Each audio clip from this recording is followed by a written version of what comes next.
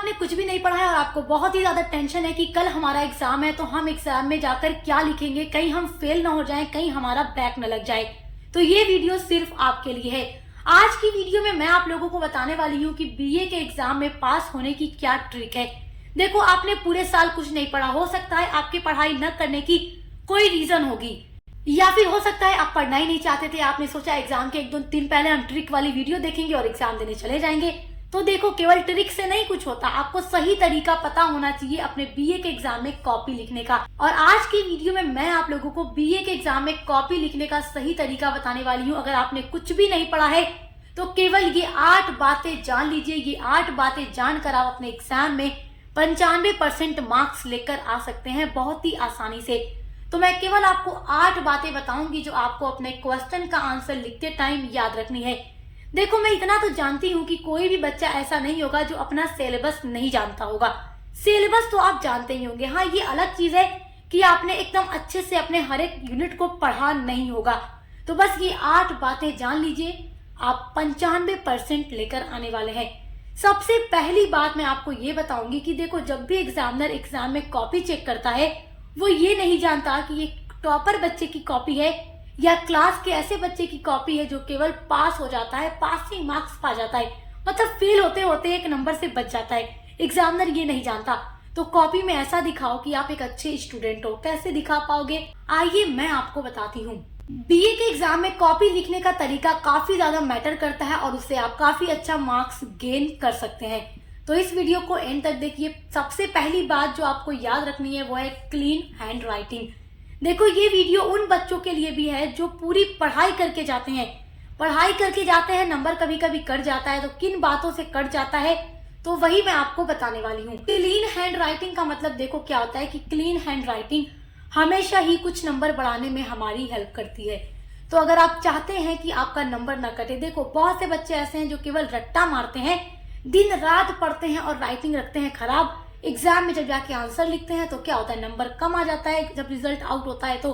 और कुछ बच्चे केवल स्मार्ट वर्क करते हैं।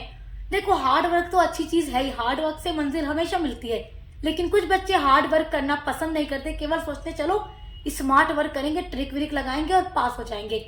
तो क्लीन हैंड राइटिंग, कभी कभी देखिएगा आप ना पढ़ने वाला बच्चा भी मार्क्स काफी अच्छा ले आता है 1-2 दिन की पढ़ाई में। तो क्यों, वो अपनी हैंड राइटिंग को बेस्ट बनाता है, ब्यूटीफुल बनाता है, साफ सुथरी राइटिंग में लिखता है। और देखो, एग्जामिनर जो होता है ना, राइटिंग सबसे ज्यादा देखता है। राइटिंग अच्छी है मतलब कि आपका हर एक क्वेश्चन पे नंबर बढ़ना है, भले आप थोड़ा गलत लिखते हो। तो राइटिंग को सुधारिए, क्योंकि एग्जामिनर एक एक लाइन पढ़ के कॉपी नहीं चेक करता, वो राइटिंग देखता है, कॉपी में लिखने का तरीका देखता है। पहली बात आपकी क्या हो गई कि राइटिंग मतलब ज्यादा मार्क्स और गंदी राइटिंग मतलब कम मार्क्स। दूसरी बात जो आपको याद रखनी है वो है हेडिंग जरूर डालिए। देखिए, हेडिंग का मतलब ये है कि आप लोग क्या करते हैं, कुछ बच्चे क्या करते हैं, ये एग्जाम की कॉपी है, बस यहाँ पर डालते हैं उत्तर नंबर 1, फिर यहाँ से ऐसे लिखते जाएंगे लिखते जाएंगे लिखते जाएंगे लिखते जाएंगे, पूरा पूरा पेज भर डालते हैं। और क्या होता है ना, उसमें कुछ पता चल रहा है, बस एक ही पैराग्राफ में लिखते जा रहे हैं लिखते जा रहे हैं। तो एग्जामिनर उस पे आपका अगर 5 नंबर का क्वेश्चन है ना तो 2 ही नंबर देगा, क्योंकि कॉपी आपकी अच्छी नहीं लग रही है। और अगर आप वही पॉइंट्स में लिखते हैं हेडिंग डाल करके, पॉइंट्स में लिखते हैं आप हेडिंग डाल करके, मतलब यहाँ पर डाल दिया हेडिंग, नंबर 1 लिखा। देखो, एग्जामिनर ये नहीं पढ़ेगा आपने नंबर 1 के अंदर क्या लिखा है, नंबर 2 के अंदर क्या लिखा है, नंबर 3 के अंदर क्या लिखा है। वो ये देखेगा, वाओ कॉपी कितनी नीट एंड क्लीन है और राइटिंग कितनी अच्छी, कॉपी में लिखने का तरीका बच्चे का कितना अच्छा है। आंसर नंबर 1 डालने के बाद उसने हेडिंग डाली, हेडिंग डालने के बाद नंबर 1 पॉइंट डाल के वही बात लिखी। भले आप वही बात दोबारा बना के, आपको नहीं याद है ना आंसर, आपको कम से कम क्वेश्चन पढ़ के इतना पता चल रहा है ना कि हमारे क्वेश्चन में पूछ क्या रहा है। सपोज दैट आप सोशियोलॉजी के स्टूडेंट हैं तो आपसे क्वेश्चन पूछ दे समाज क्या है, व्हाट इज सोसाइटी, तो आप ये नहीं जानते, लेकिन आप इतना तो जानते हो ना कि समाज में हम लोग रहते हैं और समाज क्या है, सामाजिक संबंधों का जाल है और इसी समाज का हम अध्ययन करते हैं समाज शास्त्र के अंदर। इतना तो आप बना के लिख सकते हो ना, कि ऐसा है कि आप इतना भी नहीं लिख सकते, इतना तो बिल्कुल लिख सकते हो। तो वही बातें आपको पॉइंट्स में बनाकर लिख देनी है, 2-3 तरीके से आपको नंबर मिल जाएगा। और लॉन्ग आंसर है तो वही बातें 8-10 पॉइंट में लिख डालिए। नंबर कैसे आपको नहीं मिलेगा, पूरा मिलेगा। क्यों मिलेगा, कॉपी में इतना अच्छा आपने प्रेजेंटेशन दिया है तो आपको नंबर मिलना ही है। चौथी बात जो आपको याद रखनी है, डायग्राम। आप कोई भी क्वेश्चन का आंसर लिखते हैं, आप चाहे सोशियोलॉजी का पेपर दे रहे हैं, इंग्लिश का पेपर दे रहे हैं, हिंदी का पेपर दे रहे हैं, या आप ज्योग्राफी, इकोनॉमिक्स, किसी भी सब्जेक्ट का पेपर दे रहे हैं, तो डायग्राम जरूर बनाइए। डायग्राम हमेशा एक्स्ट्रा मार्क दिलाता है। डायग्राम हमारी कॉपी को काफी ज्यादा सुंदर दिखाता है, तो डायग्राम बनाइए इस तरीके से। मैंने आपको डायग्राम बनाने के कई सारे तरीके बताए हैं। यहाँ हेडिंग डाल दीजिए, नंबर 1 पॉइंट इसके सामने, नंबर 2 पॉइंट इसके सामने, नंबर 3 पॉइंट इसके सामने, नंबर 4 इसके सामने पॉइंट डालिए।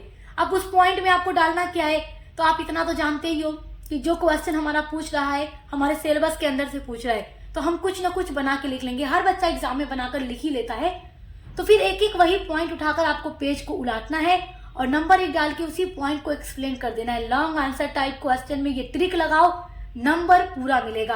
पांचवी बात जो आपको याद रखना है कॉपी लिखते टाइम, वो है मार्जिन लगाओ। अब ये मार्जिन क्या होता है, तो देखो, कॉपी जब आपको एग्जाम की दी जाती है तो आपकी कॉपी इस शेप में होती है और उसमें यहाँ पर आपको एक तरफ साइड में लाइन खींचना होता है, तो आप इस साइड भी एक पतली सी लाइन खींच दो।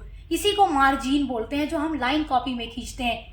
अगर देखो आप मार्जिन नहीं इस साइड लगाना चाहते हो, क्योंकि बहुत बच्चे लगाना नहीं चाहते, तो आप एक अंदाज बना लीजिए अपने अकॉर्डिंग और एकदम बराबर बराबर जब अपना आंसर लिखते हैं तो आपका लास्ट वर्ड उसी के बराबर में आकर खत्म हो, जिससे आपकी कॉपी एकदम बराबर, आपके शब्द एकदम बराबर दिखने में लगेंगे।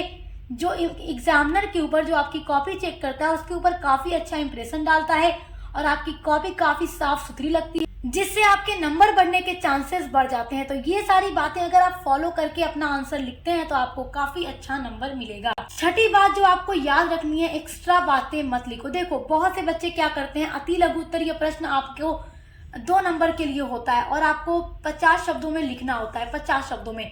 तो अब कुछ बच्चे सोचते हैं कि चलो 50 शब्दों में लिखना, हम पूरा एक एक 2-2 पेज भर के लिखते जाएं एक एक आंसर को, हो सकता है एग्जामिनर खुश हो जाए क्योंकि हमें लॉन्ग आंसर तो याद नहीं है, तो हम 50 शब्दों वाले को ही खूब बड़ा बड़ा लिखे तो एग्जामिनर खुश होकर हमें नंबर ज्यादा दे देगा।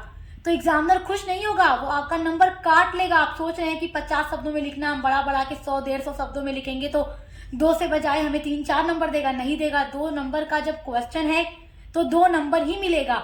तो बातें एक्स्ट्रा मत लिखिए, फालतू बातें मत लिखिए। जितनी शब्द सीमा आपकी कही जा रही है उसी के अंदर रहकर अपने प्रश्नों के उत्तर को लिखिए। एक्स्ट्रा लिखेंगे केवल समय की बर्बादी है। जो प्रश्न जितने शब्दों में लिखने के लिए कह रहा है उतने ही शब्दों में लिखिए।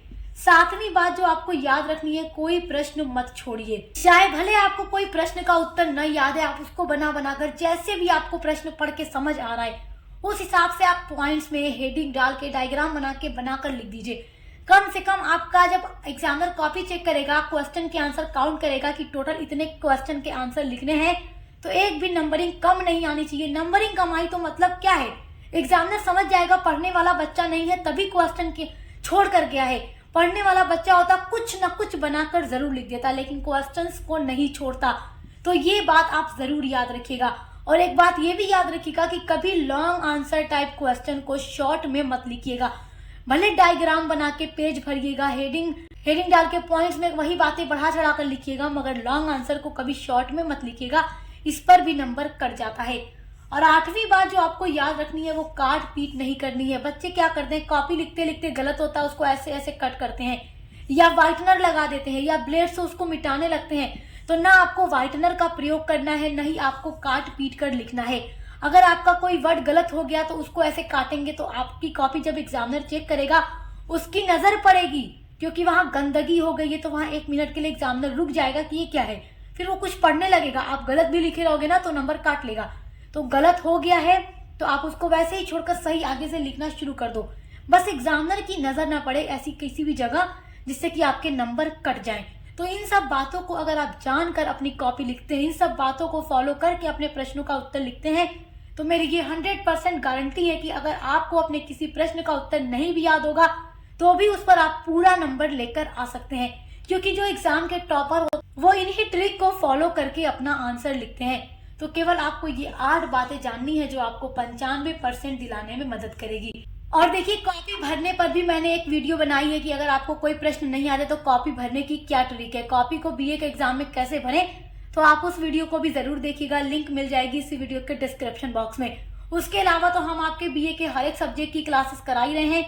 आप पढ़कर अच्छे से पढ़ाई करके जाना चाहते हैं तो सक्सेस मास्टर पॉइंट के साथ जुड़कर इसको सब्सक्राइब करके अच्छे से पढ़ाई करते रहिए। Best of luck. अब मिलते हैं अगली वीडियो के साथ।